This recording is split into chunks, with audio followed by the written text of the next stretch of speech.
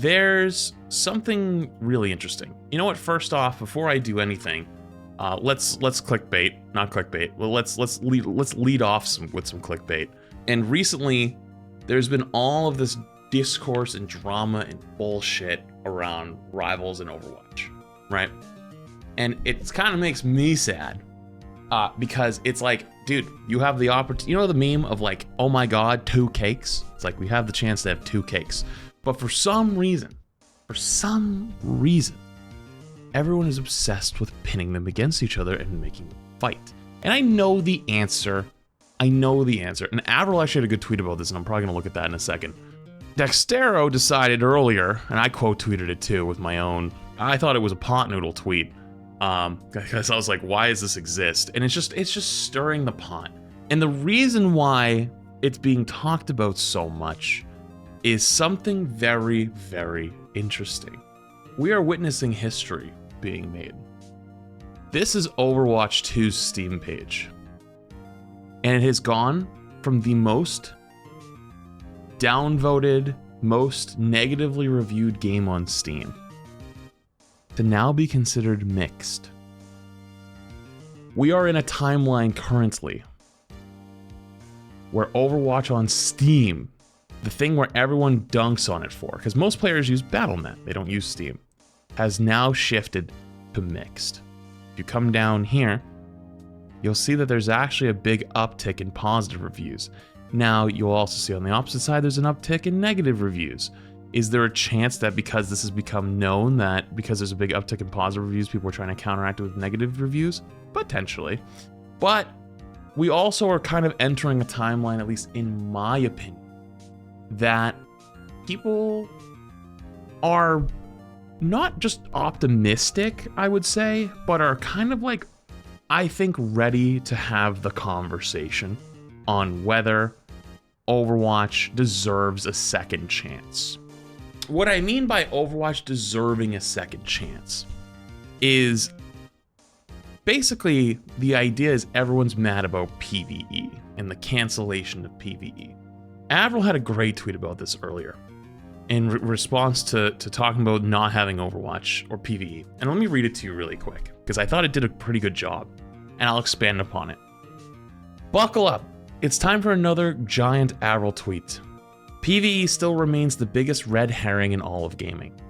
The people who are eternally upset over the lack of PvE are in reality more upset at the broken promise of a feature meant to justify Overwatch 2 than the literal existence of PvE itself.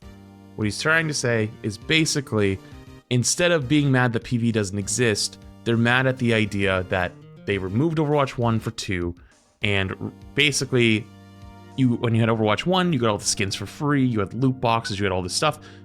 They took all of that away and then made you pay for it, right? They're mad basically at that. And then there's many people I'm mad at the formats shift, right? 5v5, 6v6, but like now that's up in the air too. So like regardless, so let's continue.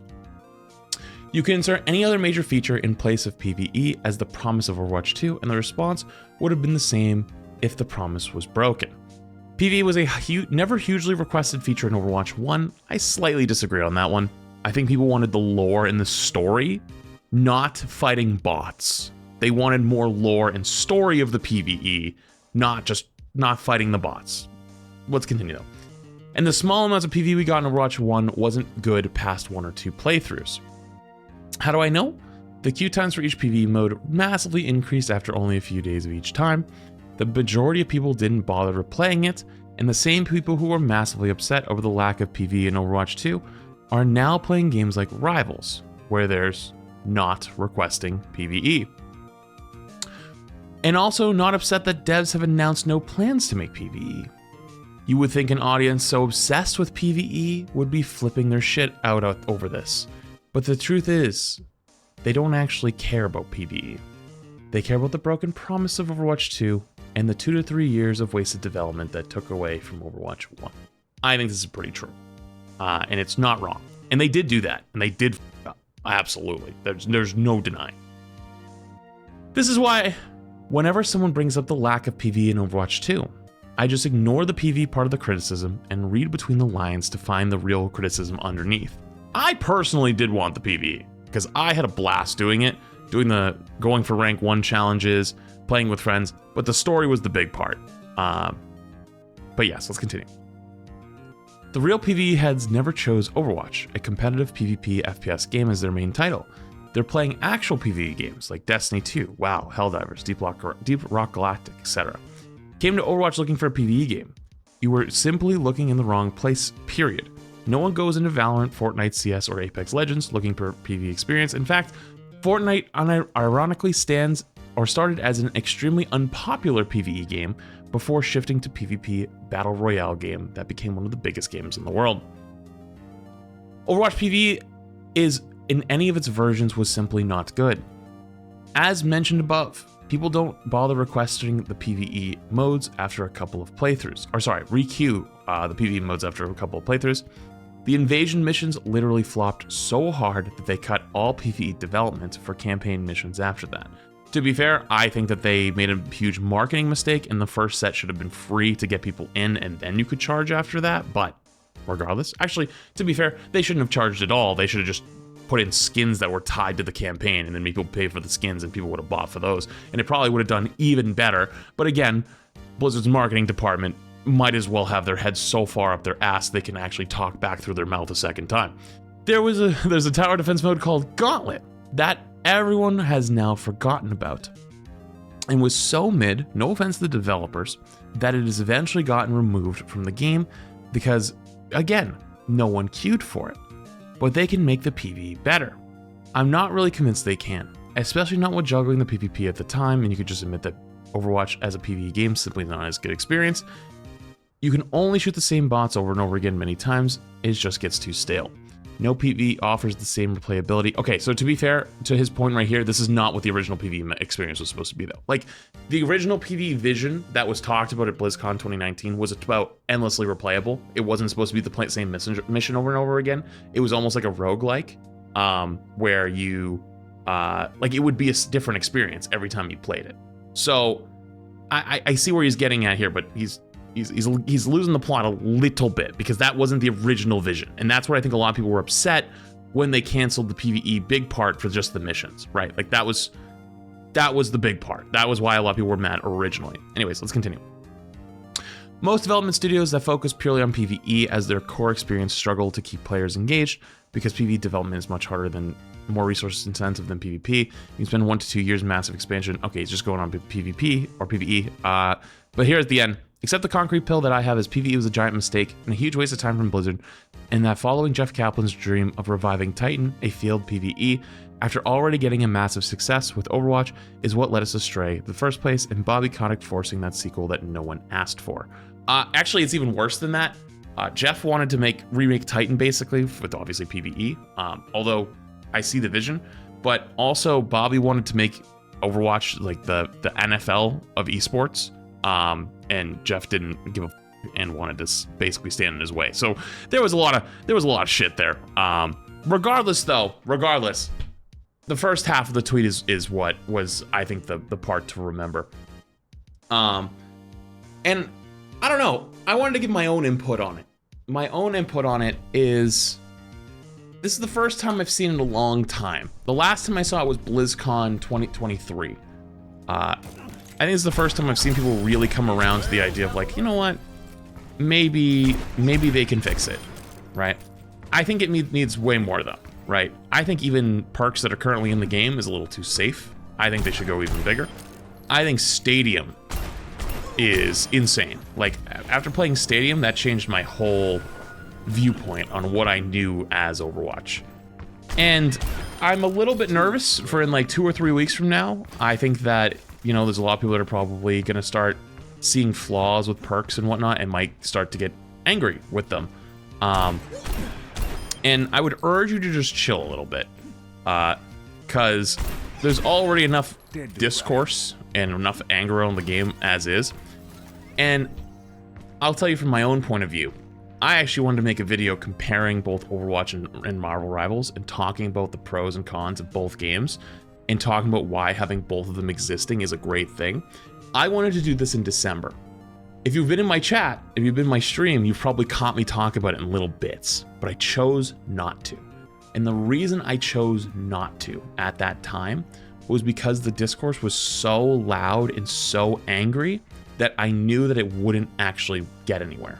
It would just cause bullshit. It would cause shit for me, where people would just say, you're just shilling. They wouldn't even care about the points were correct or not. And they wouldn't care about having a good faith talk or good faith arguments about it. It would just be, I want Rivals, right? And that even went to like creators, right? Where like creators were playing Rivals and not playing Overwatch at the times. Like there wasn't anything to play. But also, like, do you know how many people probably watched Overwatch creators? Because like all the Overwatch creators who went to play Rivals were at the top, mostly, right? Those people now find these creators, they enjoy watching them. They enjoy watching them play a hero shooter. And then they go play Overwatch after. They might be like, I've never watched this Overwatch game. I've never played this Overwatch game. I've always heard it has a terrible reputation. Then they watch it, maybe play it themselves, and then they go, oh shit, this is actually better than I thought. And it breaks that stigma of like, oh my god, don't go near that game because it's so bad, right? And I think it's actually starting to break slightly. And I really do think that this is like the start. It's not even close. It needs so much more. It needs like another year or two. But hopefully it's the end of downwards arrow trend Overwatch. It's now slightly upwards trend green arrow. And I think it will change more when Stadium hits. Now, I gave some feedback on Stadium when I was in LA, and what I would love to see from it. I wanted to leave you with this, right? This could be the end or the changing point for Overwatch. And if you haven't given Overwatch a try, you should try it. I think you should. Especially if you've been enjoying Rival stuff. You genuinely should. That being said, don't be surprised if it takes even longer to see bigger changes. Because I think that the Rivals effect was big. I think it kind of like, they're open. Like they were talking about Rivals at the Spotlight. They talked about it openly. They were like, yeah, we have competition now. All of the stuff that's come out right now, Perks and Stadium, has been in development for years. That's not how dev cycles work. They didn't just get off their ass like, well, we're gonna stop being lazy. Boom, we made all this in 2 months. That's not how that works. So all of this has already been in development. You'll see the Rivals effect in a year or two from now. And so if things are good now and things are changing now, and people are already starting to be satisfied with what they're being given, imagine what it'll look like in a year or two from now, right? Because now it's time to move past the PvE. Now it's time. And I want to ask you, in good faith, what do you want from Overwatch? What would it be for you? For me personally, I have my own. I'll probably make a video about those at some point.